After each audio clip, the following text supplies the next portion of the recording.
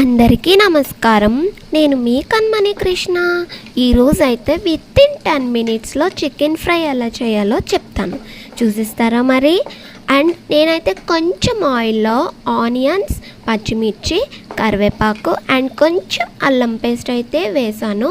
వేసి అలా కలపండి. అలా కలిపాక ఇలా వస్తుంది. రెడ్డిష్గా అయితే వద్దండి, తీపి వచ్చేస్తుంది. ఆ తర్వాత అయితే నేను 1/2 కేజీ చికెన్ అయితే తీసుకున్నాను.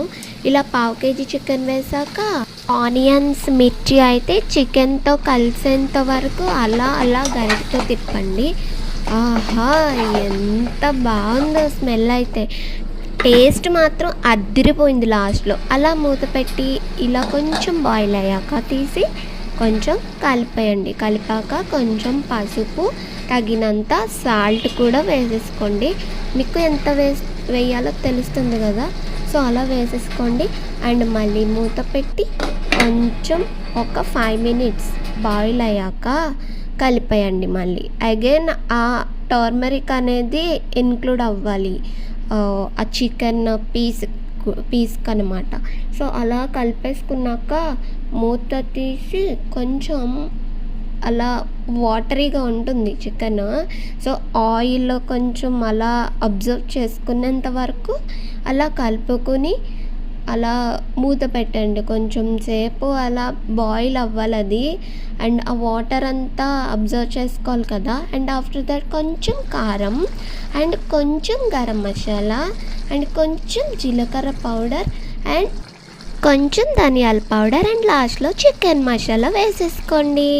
వేసుకున్నాక అలా గరిటతో తిప్పుతుంటే ఆఫ్టర్ దట్ కొంచెం ఆయిల్ వేసుకోండి, బాగుంటుంది. అండ్ చూడండి ఎలా బాయిల్ అవుతుందో, నోరు ఊరుతుంది కదా మీకు కూడా. ఎక్సలెంట్గా ఉందండి ఫ్రై అయితే. చూడండి అలా కొంచెం కొత్తిమీర చల్లుకోండి, చికెన్ ఫ్రై రెడీ. అబ్జర్వ్ చేసుకునేంత వరకు కలుపుకుంటూనే ఉండాలి. కొంచెం సిమ్లో అయితే పెట్టాలి స్టవ్, ఓకేనా? పెద్ద మంట అయితే అస్సలు పెట్టకూడదు, మాడిపోతుందండి. అండ్ అది అలా ప్లేట్లోకి సర్వ్ చేసుకుంటుంటే వాసన మాత్రం అదిరిపోయింది. టేస్ట్ కూడా చాలా బాగుంది. మీరు కూడా ఒకసారి ట్రై చేయండి.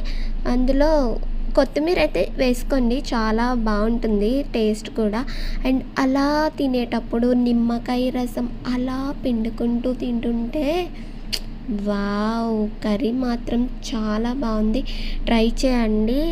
అండ్ ఇంకొక మాట చెప్పాలి మీతో, నేను చేసే అంత టేస్ట్ రాకపోయినా మీకు ఏదో అలా వస్తుందిలే, ట్రై చేయండి. పోనీలే, ట్రై చేయండి, ఓకేనా? అండ్ ఇదండి నేను చేసిన చికెన్ ఫ్రై. Thank you.